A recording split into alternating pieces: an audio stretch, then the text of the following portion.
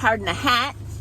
It is 6 degrees outside today and my hair is still wet. Well, I have a question for you. Are you upset about the confirmation of RFK Jr. to the Secretary of Health and Human Services position? If so, I have a solution for you. Regardless, I have a story for you. Hey, I'm Dr. Patty Barch. I'm a traditional naturopath, founder and owner of Naturally Unbridled Wellness and naturallyunbridled.com, where we focus on wellness solutions, not disease management. This is Down the Ridge with Dr. Patty. This is not medical advice. It's for entertainment purposes only. Nothing I say is true. Don't listen to me. Okay, story time, boys and girls. I have a good friend who was high up, like a C-level position, high up in a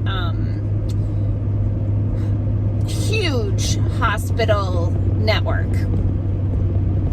And we're friends. And she said to me one day, Patty, the director of medicine for this hospital system drinks, I can't remember if she said Diet Mountain Dew or Mountain Dew, but Patty, the director of medicine, drinks Mountain Dew. And I'm like, yeah, because he's the director of medicine, not the director of health. They're not the same. And she was like, oh yeah. Like, let us not confuse health with medicine. They're not the same.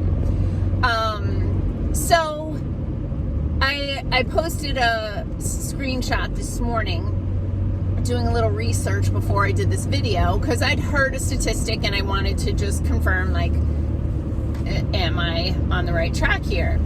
And, you know, the U.S. has about 4% of the world's population, yet we consume over 40% of the world's pharmaceuticals. So does that make us the healthiest nation in the world? No. We're actually dang near the bottom of the list of health outcomes for developed nations. Along that line, we also had the worst outcomes, the highest level of mortality during the pandemic, and the vast majority of people who succumbed to the virus had 2 or more comorbidities, meaning they had other disease processes going on in the body, whether it was an autoimmune disease or obesity, diabetes, cancer, emphysema. Like, they had other crap going on, so that it was like the straw that broke the camel's back, and it was a big ass straw. Okay, so also our kids are freaking sick and medicated. I taught high school. I think I started teaching high school in like 2012? Is that right? No, I was here 2002. Roughly. And I just remember talking to my students, and I'd shown them a documentary called Food Matters, and the kids started an open conversation about the prescriptions they were taking. And I was like, whoa, like, all you guys are on medication? Like, when I was a kid, now, okay, a lot of gray hair here, but when I was a kid, the only medications that my friends were on, sorry, again, 6 degrees, my nose is dripping, were like some asthma inhalers and some allergy medicine. I don't recall.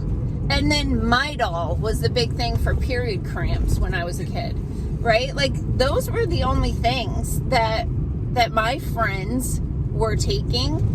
Now it's like a rite of passage for kids, not only all the asthma and eczema stuff that we see in children these days, but like the birth control and the SSRIs are off the charts.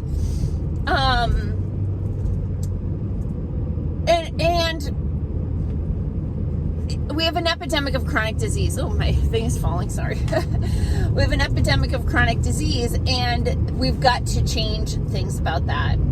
And I know people are like, oh, well, RFK isn't a medical doctor. And my position is medical doctors have been steering this ship for a really long time, straight into a freaking iceberg. I think we should put somebody else at the helm for a little while. Maybe somebody who's been paying such close attention to the downward spiral of the health of Americans and really across the globe, but that this person has been holding accountable the regulatory agencies that are responsible for making sure that the health of society is maintained and sustained. Okay? I don't know. Sorry, I don't know why this thing is so low. Is that even better? No. Sorry, I have giant gloves on because it's cold. So here's what you can do. If you are pissed off that RFK is now the Secretary of Health and Human Services, you know what you could do? Get healthy. You show them. You show them that we don't need him at the helm, that we don't need him making sure that we don't have pharmaceutical drugs advertised on television. Did you know that there are only 2 countries in the world that allow this? And one is us and one is New Zealand. And in New Zealand, it's far more restricted than it is here in the United States. The rest of the world goes, are you freaking crazy? Why are you letting patients dictate what drugs they're going to go on? Never mind all the freaking side effects and the rubber stamping and all of that stuff. So, and then how about what goes into the food? The artificial colors, flavors, sweeteners, and preservatives, the vast amount of high fructose corn syrup, the vast amount of chemicals, the monosodium glutamate, the things that are formulated to shut down your natural biological processes that tell you that you're full, you should stop eating. Let's shut that down so you keep eating. And then create inflammation, and then create chronic disease, and then medicate it, right? Let's just keep doing this. No, I think it's time, and apparently most of America also thinks it's time, that we actually take our health back and take some responsibility for what we put into our body, what goes into our environment that ends up in our body. And let's get freaking healthy, because the greatest wealth is health, people. Like, you ask any billionaire who's on oxygen and takes a bunch of pills and has to wear a diaper and all this stuff, if the money is really helping. You know, yeah, they can pay for that stuff, but they're not really enjoying their life. I want to enjoy my life. I want to feel good when I get up in the morning. I want to sleep well at night. I want to have good skin. I want to have muscle tone. I want to have good digestion. It's all within reach, peeps. Don't believe when they tell you that you need a drug for that. Okay. Peace out, peeps. Have a healthy day and a healthy weekend.